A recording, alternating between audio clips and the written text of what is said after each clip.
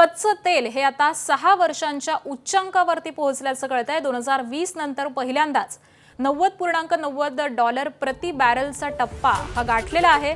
युद्ध सुरू झाल्यापासून आठवडाभरामध्येच 12% इतकं कच्चं तेल हे महागलेलं आहे। तर युद्ध सुरूच राहिल्यास लवकरच $125 वरती देखील हे तेल पोहोचण्याची भीती ही आता व्यक्त केली जाते।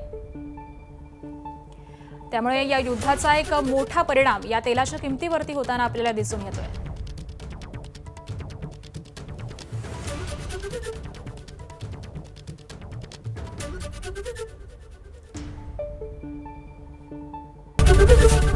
एबीपी माझा, उघडा डोळे बघा नीट।